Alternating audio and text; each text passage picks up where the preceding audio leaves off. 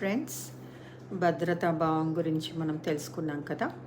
ఇప్పుడు వేటిని చూసి మనం భద్రతగా ఫీల్ అవుతాం? లైక్ ఒక మంచి ఫ్యామిలీ, గుడ్ పేరెంట్స్, మన బ్రాటప్, అలాగే మన బ్యాకింగ్ ఎలా ఉంది, తర్వాత మన చదువుకి తోడైన ఆ క్వాలిఫికేషన్స్, దానివల్ల వచ్చే ఆ జాబులు, శాలరీస్, మన కెరియర్లో మన గ్రోత్, మన ఇంక్రిమెంట్స్, ఇవన్నీ అడుగడుగున ఎప్పటికప్పుడు మనం అలా సేఫ్గా ఫీల్ అవుతూ ఉంటాం. అంటే ఎక్స్టర్నల్ ఇన్ఫ్లుయెన్సెస్తో, లేకపోతే బాహ్యంగా జరిగే సంఘటనల వల్ల మనం భద్రతతో ఫీల్ అవుతున్నాం. మన ఆరోగ్యం బాగున్నప్పుడు.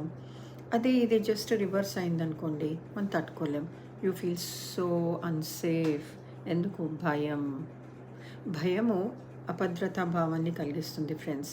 అయితే మనమందరం కూడా ఇక్కడ తెలుసుకోవాల్సింది, బాహ్యంగా జరిగేది వచ్చేది మనకి భద్రతనివ్వడం కాదు. మనము లోపల నుంచి మనం చాలా భద్రంగా ఫీల్ అవ్వాలి, సేఫ్ అండ్ సెక్యూర్డ్గా ఫీల్ అవ్వాలి.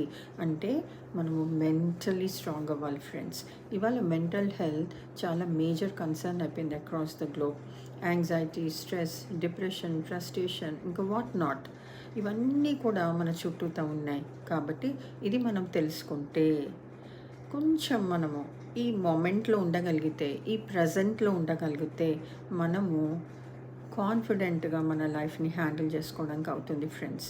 Irrespective of the external influences, మనము మన లోపల నుంచి కూడా మనం ఎప్పుడైతే స్ట్రాంగ్ అవుతామో అప్పుడు we will be safe and secure. కొద్దిగా ఆలోచించండి ఫ్రెండ్స్. మీరు ఈ వీడియో చూసే ముందర రిలేటెడ్ వీడియో కూడా చూడండి. అలాగే నా ఛానల్ని ఇంకా మీరు సబ్స్క్రైబ్ చేసుకోకపోతే please to subscribe. I look forward for your valuable comments. Please like, share. ఎందుకంటే మీ కమెంట్స్ నాకు చాలా మోటివేషన్ ఇస్తుంది friends, to bring up to such valuable content before you. Thank you friends.